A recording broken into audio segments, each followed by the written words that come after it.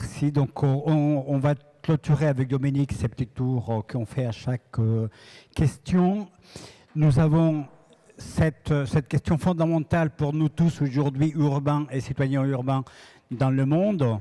On s'est posé la question avec Dominique, pour nous au niveau de Paris, avec la question 7 millions de métropolitains et moi, et moi, et moi, et les autres, mais on peut se la poser aussi au Mexique avec 30 millions, à Tokyo avec 40 millions, à Mumbai au Shanghai avec quasiment 50 millions.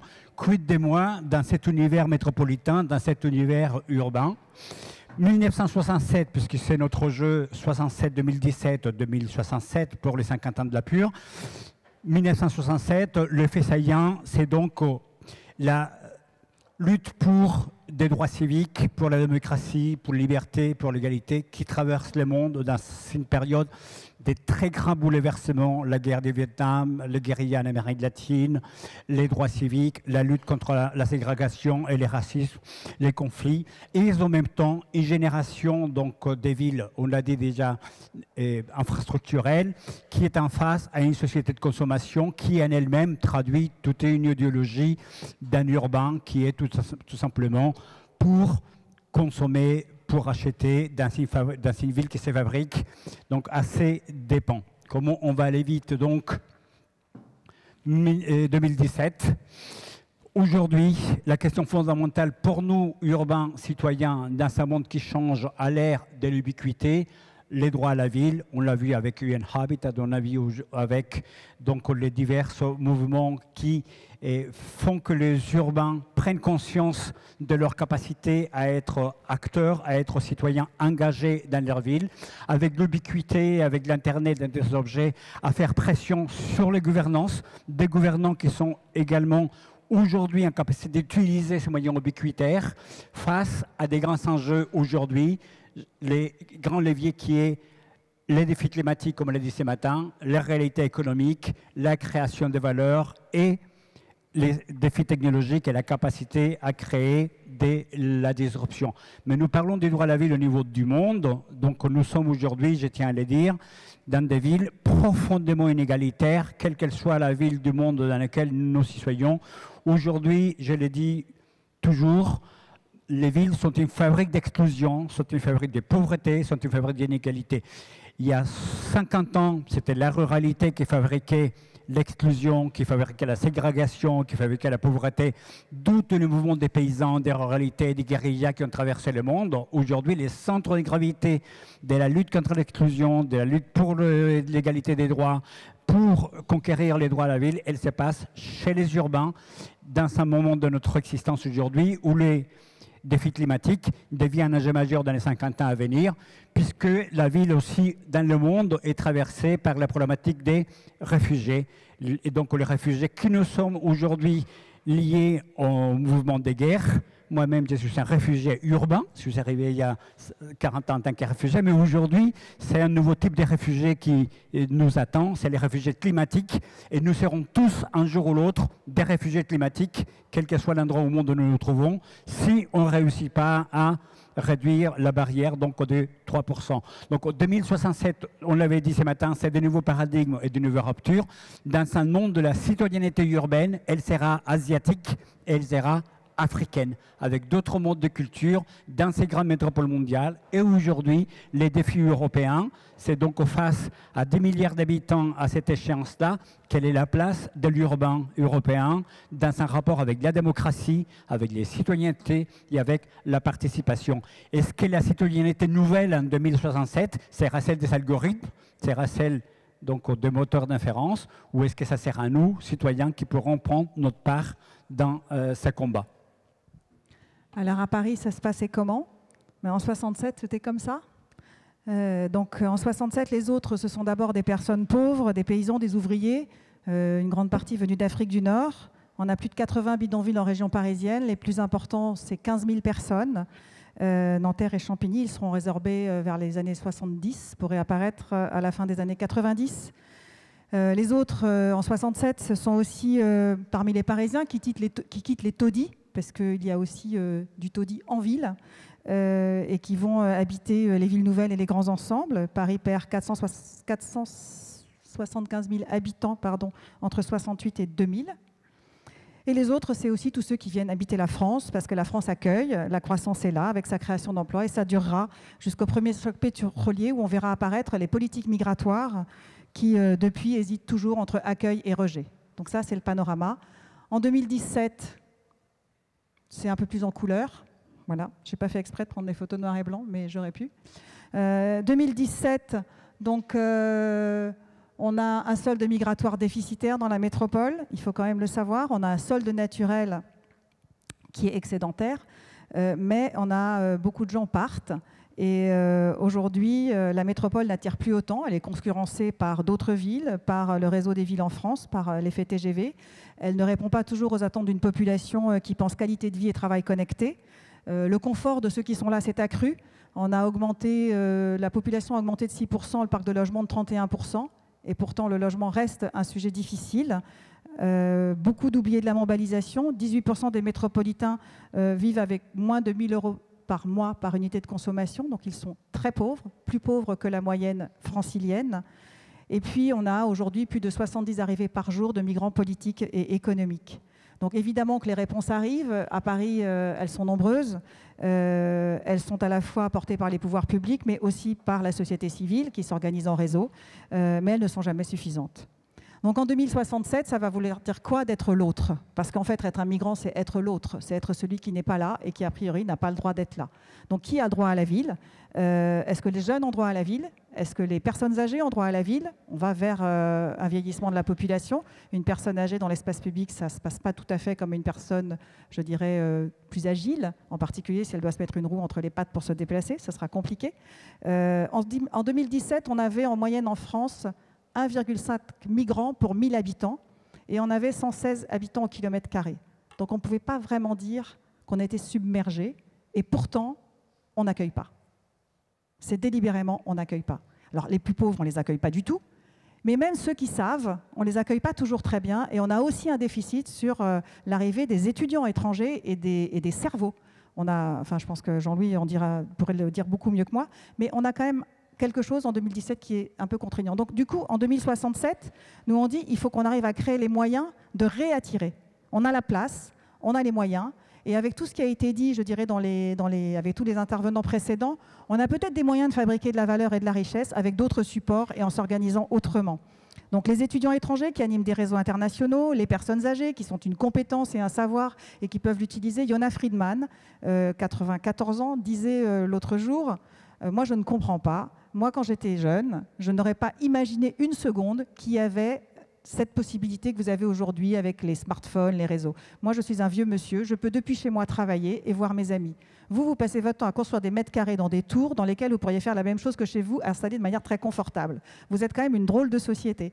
Et par contre, je suis un vieux monsieur et je ne trouve personne pour m'aider à être un vieux monsieur. Donc, c'était la parole d'une personne quasi centenaire. Donc c'est quand même important. Donc il faut qu'on ait cette capacité-là. Et donc les questions qu'on vous pose, c'est comment on fabrique cet accueil, quelles sont les structures, comment on va apprendre des autres, comment on va se remettre à partager et comment on va arrêter de dire que l'autre, c'est la différence. Donc c'est sur ces mots-là que je voudrais accueillir Patrick Doutrelingne, qui va avoir les 10 minutes finales avant que nous passions à un résumé, je dirais, des choses importantes qui ont été dites par Carlos Moreno. Et puis par un débat avant le déjeuner à 13h avec Jean-Louis, Richard et Véronique. Merci, bonjour tout le monde. Je pense que c'était important de terminer par l'homme, parce qu'on a beaucoup parlé d'environnement, de développement durable, d'architecture, de structure. Et évidemment, où sont les gens dans cette évolution ? J'ai pas 2 fois 10 minutes, puisque je suis tout seul. Bon, dommage, j'ai rêvé 30 secondes. Donc, c'était bien de terminer ces ateliers par l'humain. On m'avait présenté comme un atelier de prospective ce matin. Je vois que par moment c'est tout à fait ça et par moment c'est un petit peu différent. Alors je vais quand même vous présenter ce que moi j'avais préparé. C'est-à-dire que comme je viens de le faire pour une union d'associations que je préside, un travail prospectif sur qu'est-ce que vont devenir les associations dans les 20 ans à venir et qu'est-ce que la solidarité va devenir, j'ai fait un peu le même travail sur la commande qui m'a été faite. Et donc j'ai développé trois scénarios. Un scénario qu'on appelle noir, qui sera l'aggravation de ce qui se passe aujourd'hui. Un scénario gris, c'est le scénario du compromis permanent. Et vous verrez que on est évidemment dedans et que j'allais pas le voler. Hein. Et un scénario rose qui est celui de l'amélioration, j'allais dire, qu'on peut tous espérer dans 50 ans. Sur le scénario noir, je vais commencer par le noir. Qu'est-ce qui se passe dans 50 ans pour la population? D'abord, ce qui va marquer tout le monde, c'est l'insécurité omniprésente. Il va donc y avoir des dispositifs où à chaque fois, le risque est de rogner sur nos libertés pour respecter cette sécurisation qui va être sans fin. C'est-à-dire que cette sécurité, bien sûr, et Paris est vraiment malheureusement bien placé pour le savoir, mais on voit bien que cet aspect d'insécurité lié aux attentats, lié maintenant à des individus qui évoluent éventuellement de façon solitaire, la réponse est tout de suite sécuritaire et sécuritaire globale, c'est-à-dire pas sécuritaire sur un aspect, elle devient une sécurité globale. Et qui dit sécurité dit en opposé à insécurité, et qui dit en insécurité dit l'identification de l'insécurité. Et aujourd'hui, on voit que l'identification de l'insécurité, c'est être étranger, c'est être musulman, c'est avoir un comportement, j'allais dire, atypique ou en tout cas différent de la norme. Et j'insiste dessus parce que ça va être extrêmement important dans notre évolution sociologique et dans le scénario de l'aggravation. Pourquoi? Parce que en même temps qu'on va avoir cette sécurité, on va avoir une mobilité, et tout le monde l'a dit, qui va s'accroître en termes de rapidité, en termes de propositions, en termes d'échanges. Et donc, plus vous mélangez mobilité et sécurité, plus effectivement, là encore, les populations seront ciblées. Les premiers... Je ne vais pas parler que des migrants, hein, parce que ce serait restrictif. C'est une problématique forte et en plus qui est très prégnante aujourd'hui. Mais, et Dominique m'a invité à le faire, je vais aussi parler des pauvres. Je vais aussi parler des jeunes. Je vais aussi parler des personnes âgées qui sont en train de s'appauvrir très, très fortement. C'est-à-dire tout ce qui va être aujourd'hui en dehors d'une norme dite productive. Il y a le chef de cordée, il y a la cordée, et puis il y a ceux qui sont ni l'un ni l'autre, et on ne parle que... Non, c'est pas bien de faire une allusion comme ça, mais si quand même un petit peu, parce que ça m'a choqué. Ça m'a choqué parce que c'est le contraire de la solidarité, le chef de cordée. C'est tout le problème de la cordée, c'est pas le chef de cordée, c'est le fait d'être liés ensemble et de n'oublier personne et d'être attachés. Or, notre société, c'est exactement ça, le vivre ensemble. C'est être vigilant à ce que personne ne reste sur le bord du chemin. Or, c'est rarement les chefs qui ont ce souci-là, c'est justement la proximité qui le fait. Et j'ai revu Catherine tout à l'heure, mais j'ai revu aussi plusieurs. J'étais dans la commission, j'ai même présidé la commission de préfiguration Grand Paris sur la thématique de l'habitat. Il y avait 5 ateliers, il y avait la culture, il y avait le transport, il y avait l'économie, je ne sais plus quel était le 4e.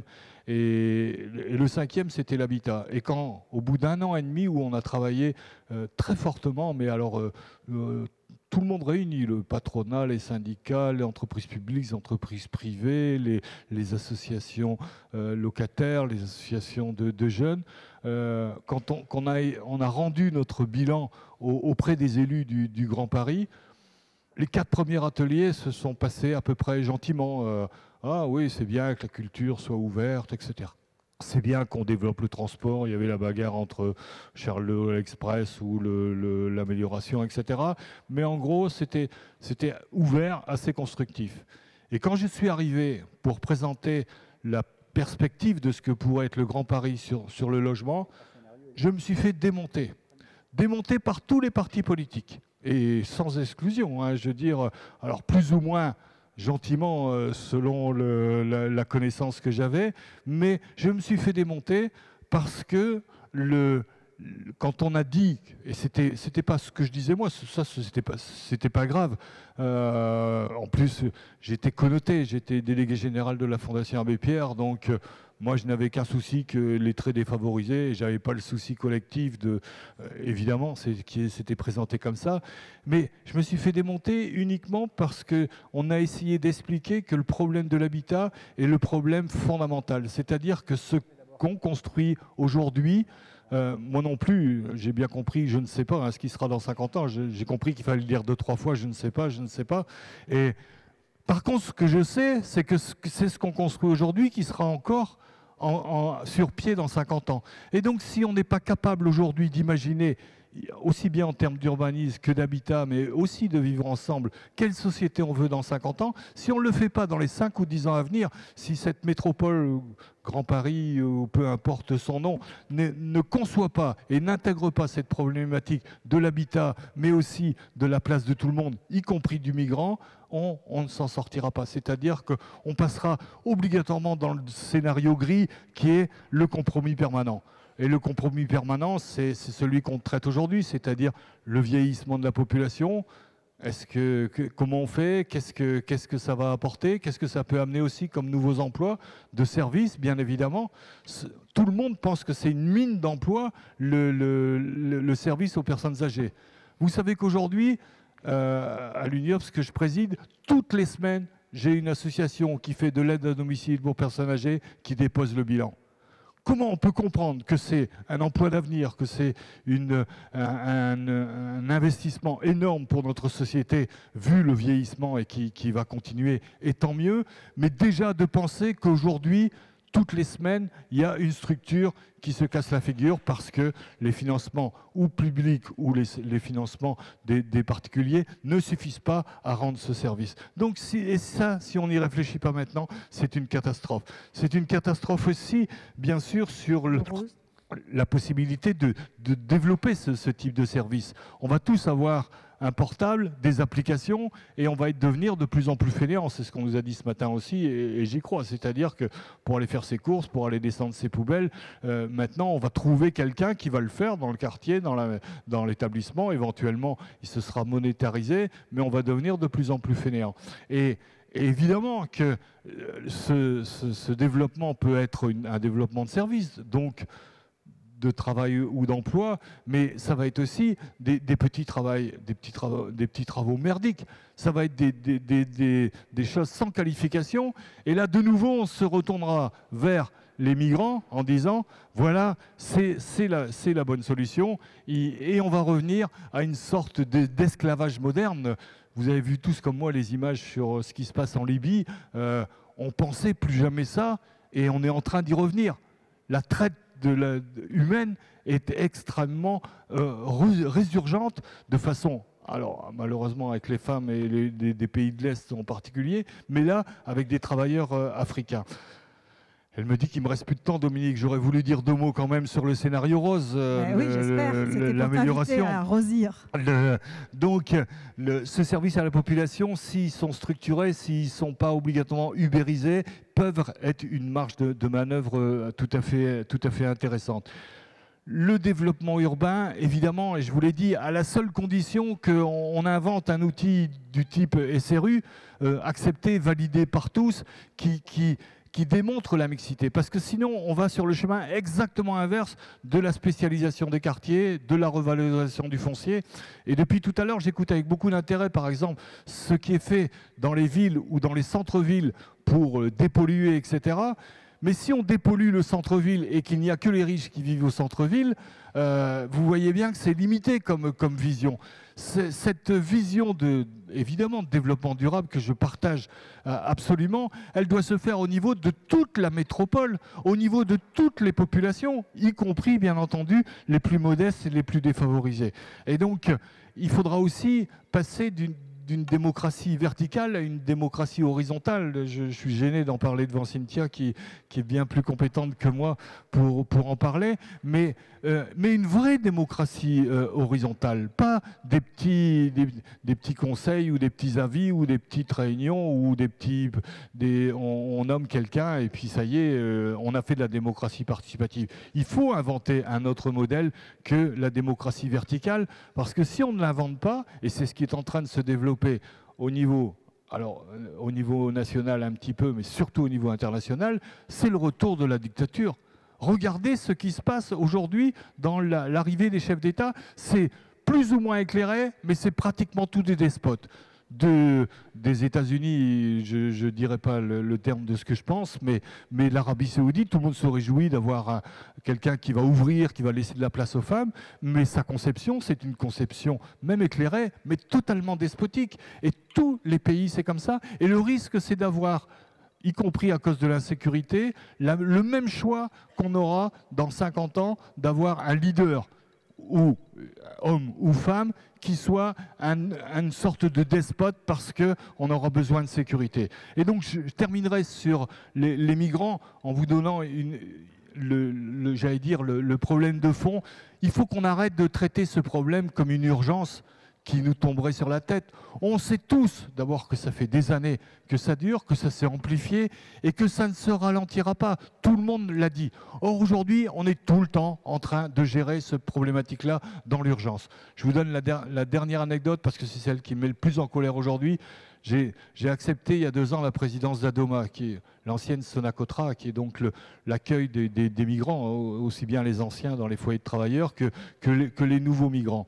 Et ici à Paris, il reste un lieu que certains connaissent, qui s'appelle la Boulangerie, qui est au nord de Paris, dans le 18e, qui reste le lieu de la honte de la République et de la ville de Paris. Mais en plus, c'est Adoma qui le gère. Je n'ai accepté cette présidence qu'à la condition qu'on modifie ça et qu'on éradique ce lieu qui est un lieu, c'est un immense garage qu'on a transformé en dortoir. Il y en a un de 192 places, l'autre de 176. Je pense qu'il y a à peu près 25 cm entre chaque lit à 2 ou 3 étages et on y accueille tous les soirs 450 personnes. Et donc, j'ai fait valider au président de la République, au Premier ministre, à la maire de Paris, au préfet, que évidemment je ne pouvais pas continuer d'être président de ça et qu'il fallait restructurer. J'ai eu l'accord des 4, président de la République, le Premier ministre, la maire de Paris, le préfet, les 2 préfets, le préfet de Paris et le préfet de région. Et qu'est-ce qu'on me dit il y a 15 jours? Écoutez, on ne va peut-être pas le faire parce qu'on a tellement de migrants qu'on n'arrivera pas à démolir cette structure et l'humaniser comme vous le souhaitiez. On le fera dans quelques années. Et c'est ce qu'on fait depuis 1954. C'est toujours différer l'effort qu'on a à faire vis-à-vis des défavorisés ou vis-à-vis des migrants en disant on a un problème économique, on est dans l'urgence et il faut faire autrement. Et bien ça, il faut l'arrêter et la prospective permet ça. Je vous remercie.